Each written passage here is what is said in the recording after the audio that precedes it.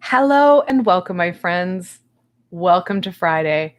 It's me, Jennifer from Mystic Star. I want to welcome you to the weekend. I don't know about you guys, but it was quite the week. I do apologize not having a meditation on Tuesday. I will be having a meditation this Tuesday, though. It'll be great. I'm really excited about it. As I was doing more planning and getting some of my meditations sorted and doing some research for them, I came across some pretty cool stuff to do this week. So on Tuesday, don't worry, you're going to get a fantastic meditation. So this week, though, let's look at this. We're looking at August 1st through the 7th. Isn't that crazy? We're running into August. I know July was action-packed and crack-a-lackin'. We still have places that are flooding. We have places that are on fire. It's disheartening and can be a bit of a challenge. That said, I'm hoping that August is going to bring another shift with it. I'm kind of putting it out there to see if we can't manifest it. The more of us who are working from that high vibration, we're drawing in that light and that love, the more we're going to get done. So that's what I really want to put out there for August, is that the fires subside and the rain lets up. Allowing us to take that deep breath before the harvest starts, because we're looking at that harvest coming in. So let's get into this week. Now, the decks I've chosen, I had to do it. I wanted to start the month off with a high. So this is the Everyday Witch Tarot and Oracle. This is a fantastic combination. The same author and illustrator did both decks. I absolutely enjoy them. They're beautifully drawn and they're very poignant. It's kind of a fan favorite and one of mine. So I do have links below to both these decks. So should they interest you, you'll be able to easily get them, as they're both mass produced in Amazon, any bookstore, wherever you want, should at least sell them. All right, let's get into this week a bit here. What can my friends expect from the week of August 1st through the 7th? It's crazy, right? I know all the parents are like, countdown, we're starting back to school soon. And all the teachers and kids are like, we're starting school soon. But yeah, let's enjoy August. Let's not push ourselves too fast. Affirmation for acceptance. That tornado really sticks out to me right now. Many of us are feeling that very turbulent energy, both on a spiritual and emotional level and on that physical level. Physical level. As many of us are really impacted by what's happening around the world. And it's not just one continent, it's everywhere. I know that it's common for storms. I know fires are common, especially during the summer months, especially given the heat waves we've had. But the heat waves kind of kicked it all off. We had such a dramatic heat wave come through. And a lot of what we're seeing is very dramatic. It's very intense and very, very in your face. Yet, no matter what's happening outside, it's up to us to start to put those affirmations. And I know affirmation is a bit of a kind of one of those woo-woo clickbait words. Ooh, affirmation.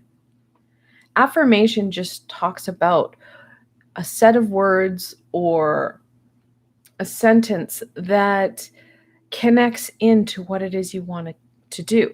And this one says for acceptance of self, acceptance of where we're at right now. It may not be where we want to be, but if we start to accept where we're currently at, we're more able to start to shift and bring in other aspects and start to make that shift, that change, those baby steps forward. So yeah, we may not enjoy what we're currently dealing with. However, if we start to accept, we can make those shifts that are going to turn into changes, that are going to bring us that meaning, that pathway forward. Now, not even 5 minutes ago, I said you will have a meditation on Tuesday.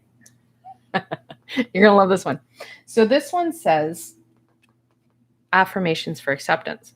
We just talked about how we may not enjoy where we're at, but we have the ability to make those changes. Well, the meditation that's coming out on Tuesday is a meditation I did with Archangel Lumiel. Such an amazing energy. So gentle and grounding. I love it. But this one, and I've worked with Archangel Lumiel before, and it was on that stability. This time, he came to, and he was just like, oh, we gotta do this. And I'm like, okay. We did a meditation where we're looking at kind of clearing that forest so you have that pathway forward, connecting in to where it is you wanted to go. Now, I have already done the audio, I've got the video, and I'm just kind of piecing things together. So it's fun to have the work I've already done come up and go, see, it's going to really be needed. It's the beginning of the week, middle of the week, on Tuesday. If you're my Patreon or looking at becoming my patrons always receive my meditations on Sunday. So they have a couple of days kind of playtime with it, a sneak peek exclusive. So it will be started to be released on Sunday for my Patreon friends. I do that because they support me to, getting this done, helping me to give you guys the tools you guys want while still being able to maintain some semblance of normal in my life. So, affirmations for acceptance. Well, affirmations just are words. So words that you can use to help you forward. I love me. I accept my life. I'm going to grow and develop. It doesn't have to be poetic. It doesn't have to be a lot of words. Just something that you can keep saying to yourself. I accept right now. I love me. I'm growing. That acceptance for what's happening right now does not mean that you're going to love it. You don't have to. We have to have a stability and stable energy to be able to make those shifts. And that's where the acceptance comes in. Let's get into this week. And I know sometimes it's hard to accept where we're at, especially if others have wronged us. However, when we are hyper-focused in on, we don't like it, it sucks, this person did this to me, and you're in that low vibration, you start to, amplify and attract that sticky gunkiness. And it gets harder and harder to see through the gunk.